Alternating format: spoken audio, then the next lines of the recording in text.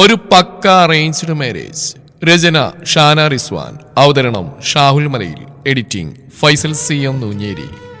കുറച്ചു വൈകിയാണ് ആഷി സെൻഡ് ചെയ്ത പിക്സ് ഒക്കെ ഫെബി കാണുന്നത്. അവൻ ഓരോന്ന് എടുത്തു നോക്കി. പിങ്ക് കളർ ഗൗണിൽ കൂളിംഗ് ഗ്ലാസ് ഒക്കെ വെച്ച് ലുക്കായി നിൽക്കുന്നു ആദി. അത് കഴിഞ്ഞുള്ള മെറൂൺ കളർ ലെഹങ്കയിൽ അതിനേക്കാൾ മൊഞ്ച്. ഒന്ന് സംസാരിക്കാൻ തോന്നി. ആ നമ്പറിലേക്ക് ഡയൽ ചെയ്യാൻ നോക്കുമ്പോഴാണ് ക്യാമറാമാനെയും കൊണ്ട് സോന വരുന്നത്. ഫെബിക്ക, നമ്മൾ രണ്ടുപേരും തനിച്ചേക്കുന്ന കുറച്ച് ഫോട്ടോസ് എടുക്കാൻ എനിക്ക് പറഞ്ഞുകൊണ്ട് അവൾ അവനോട് ചേർന്ന് നിന്നു. മറുത്തൊന്നും ചിന്തിക്കാതെ കളങ്കമില്ലാത്ത മനസ്സുമായി അവൻ അവളോടൊപ്പം ഫോട്ടോക്ക് പോസ് ചെയ്തു. ക്യാമറ ഒന്ന് രണ്ടു വട്ടം ഫ്ലാഷ് അടിഞ്ഞു. പെട്ടെന്നാണ് അവന്റെ പോക്കറ്റിൽ കിടന്ന ഫോൺ വൈബ്രേറ്റ് ചെയ്യുന്നത് അവൻ കയ്യിലെടുത്തു. ആദി എന്നും പറഞ്ഞ് തെളിഞ്ഞ പുഞ്ചിരിയോടെ അവൻ വെളിയിലേക്ക് ഇറങ്ങി. ബാക്കി പിന്നെടുക്കാം. നടക്കുന്നതിനിടയിൽ സോനയോട് അവൻ വിളിച്ചു പറഞ്ഞു. അത് കേട്ട് പുറകിൽ നിൽക്കുന്നവരുടെ മുഖവും മനസ്സും ഒരുപോലെ കനത്തത് അവൻ അറിഞ്ഞില്ല. ഡാർലു കോൾ അറ്റൻഡ് ചെയ്ത് അവനെ കുസൃതിയോടെ വിളിച്ചു.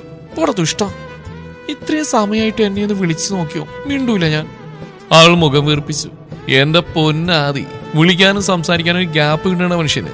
സെക്യൂരിറ്റിമാരെ പോലെ ഇടവും വലവും ആൾക്കാരാ എപ്പോഴും.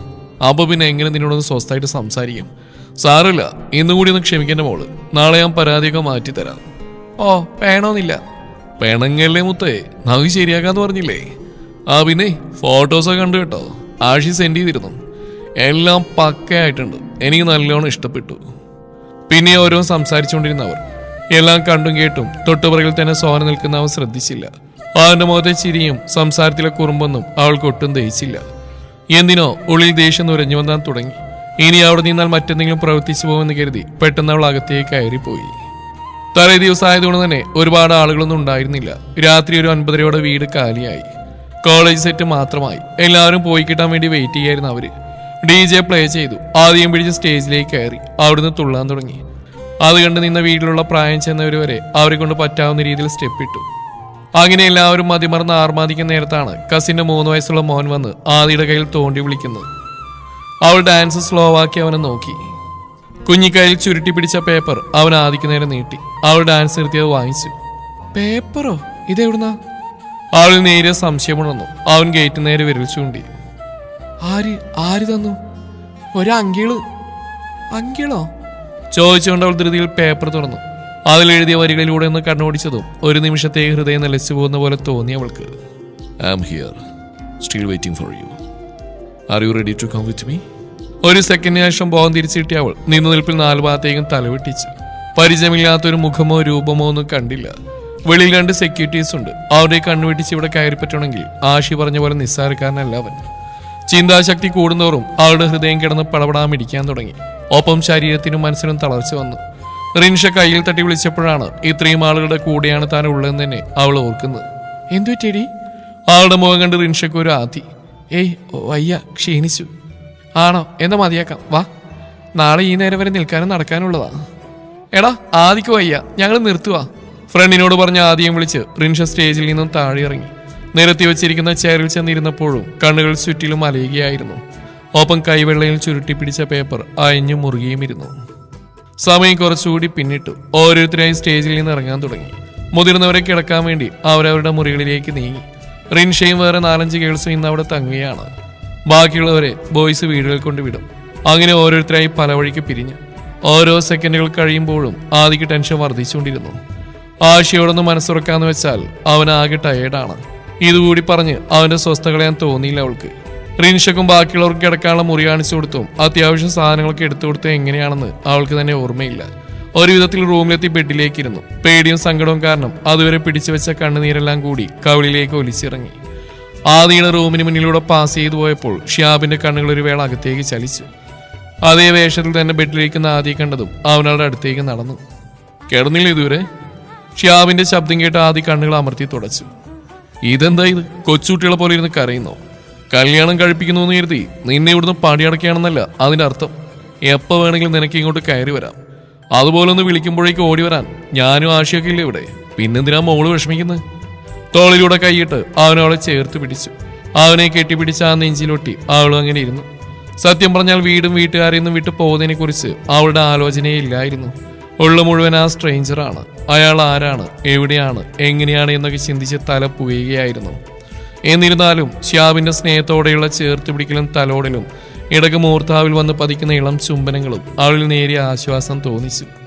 ഈ കാക്കയും മോളും അങ്ങനെ ഇരുന്ന് ഓരോ സംസാരിക്കുന്ന നേരത്താണ് ആഷി കടന്നു വരുന്നത്. അവന്റെ സാമീപ്യം അറിഞ്ഞവും ഷിയാബ് പെട്ടെന്ന് മുഖമുയർത്തി നോക്കി. ആഷി ശബ്ദം പുറപ്പെടുവിക്കാതെ എന്തു പറ്റിയെന്ന് കൈമണർത്തി. ഷിയാബ് കരയുകയാണെന്ന് ആക്ഷൻ കാണിച്ചു.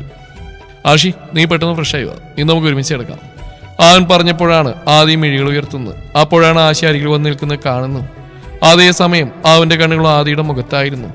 അവരുടെ കണ്ണുമുഖം ഒരുപോലെ ചുവന്ന് കലങ്ങിയത് കണ്ട് ആഷിയുടെ നെഞ്ചൊന്ന് പിടച്ചെങ്കിലും അവനത് മറച്ചു പിടിച്ചു.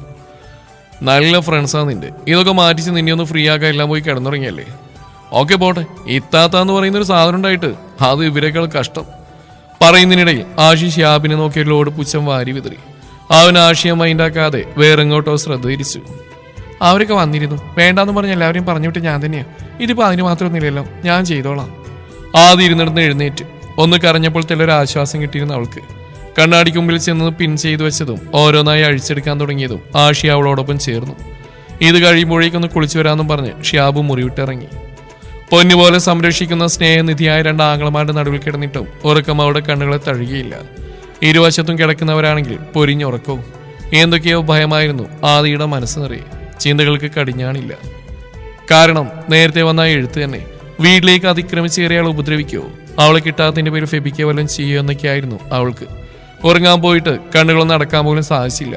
ക്ലോക്കിലേക്ക് നോക്കി നോക്കി എങ്ങനെയൊക്കെയോ സമയം നീക്കിയെടുത്തു. വ്യക്തതയില്ലാത്ത എന്തോ ഒരു സ്വപ്നം കണ്ട ആദ്യം ഉറക്കത്തിൽ നിന്ന് ഞെട്ടിയുണർന്ന് നോക്കുമ്പോൾ തന്റെ അപ്പുറവും ഇപ്പുറവും കിടന്നവരെയൊന്നും കാണാനില്ല. എപ്പോഴും എണീറ്റ് പോയിട്ടുണ്ട്. അവൾ എഴുന്നേറ്റിരുന്നു. തുറന്നിട്ട ജനൽപ്പാളികളിലൂടെ വെളിച്ചെത്തി നോക്കുന്നുണ്ട്. പെട്ടെന്നാണ് ഇന്നലത്തെ സംഭവം മനസ്സിലേക്ക് ഓടിയെത്തിയത്. അതോടെ ആദ്യം പുറത്തേക്ക് നടന്നു. അവിടെ എല്ലാവരും ഹാജരാണ്. കുറച്ച് വൈകിയത് അവള് മാത്രം.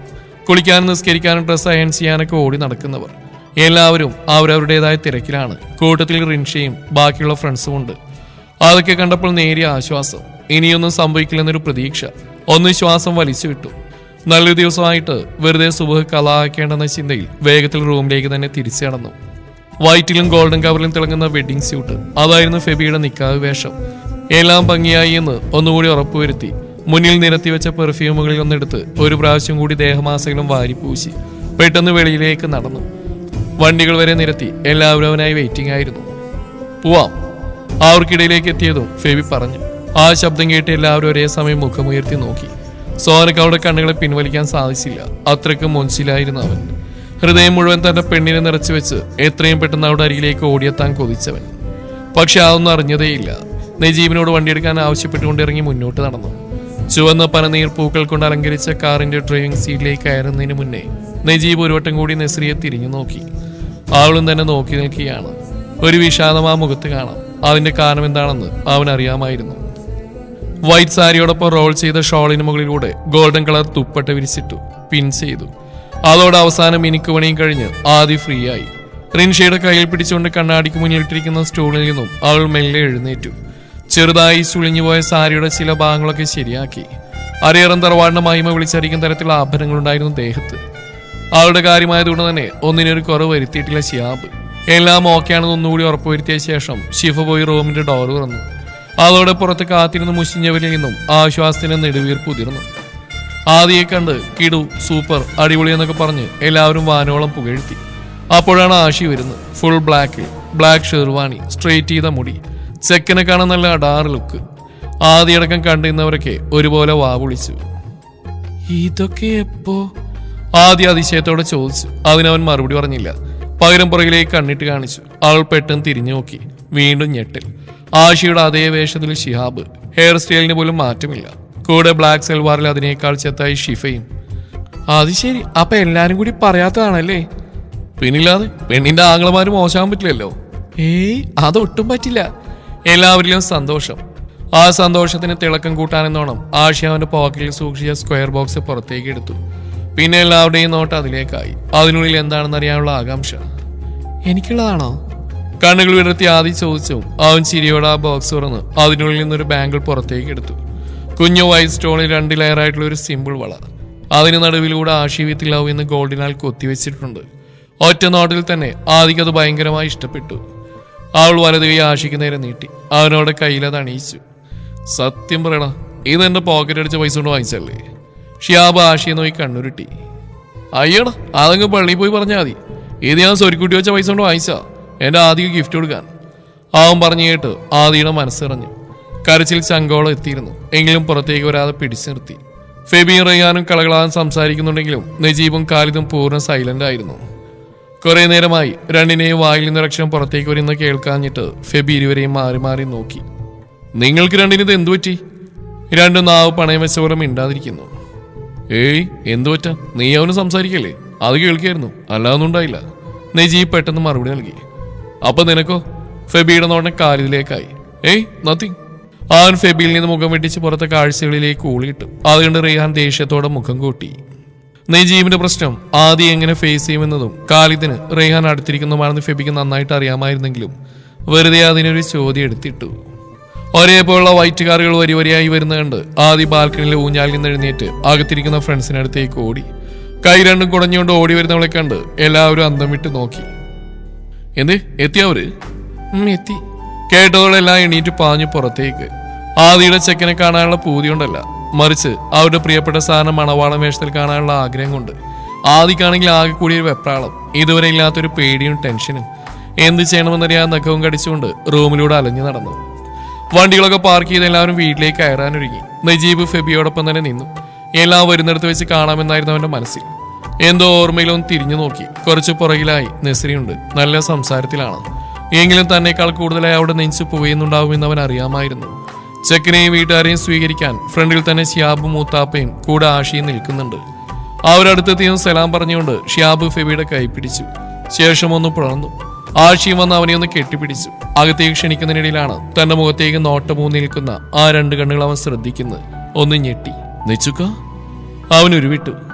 ആഷി, നെച്ചുക്ക, നിങ്ങളെന്താ ഇവിടെ? ക്യൂരിയോസിറ്റി അടക്കാൻ കഴിയാതെ ഫെബിയിൽ നിന്നും പിടിവിട്ട് അവൻ വേഗത്തിൽ നജീബിനരികിലേക്ക് ചെന്നു.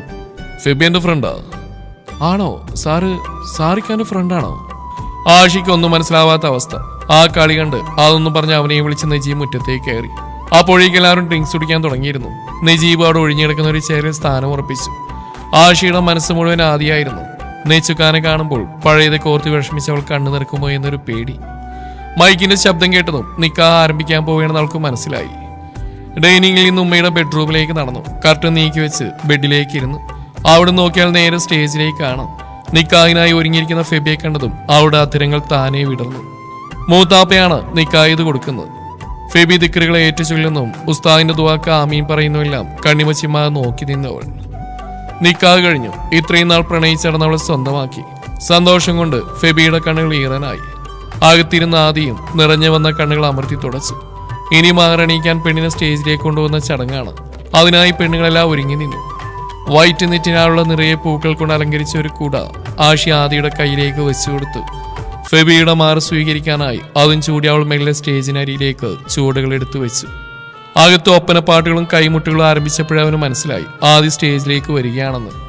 നോട്ടം ഫ്രണ്ട് ഡോറിൽ നിന്ന് തെറ്റിക്കാൻ നിൽക്കുന്ന നേരത്താണ് പെണ്ണുങ്ങളുടെ അകമ്പടിയോടെ അവൾ കടന്നു വരുന്നത്. മണവാട്ടിയെ ഒരു നോക്ക് കാണാൻ വേണ്ടി വന്നവരൊക്കെ തിടുക്കം കൂട്ടി. വെള്ളവസ്ത്രത്തിൽ മാലാഖയെ പോലെ നടന്നു വരുന്നവളെ കണ്ട് ഒരു നിമിഷം പരിസരം മറന്ന് നോക്കി നിന്നുപോയി എല്ലാവരും. ഫെബിയുടെ അവസ്ഥയും മറിച്ചായിരുന്നില്ല.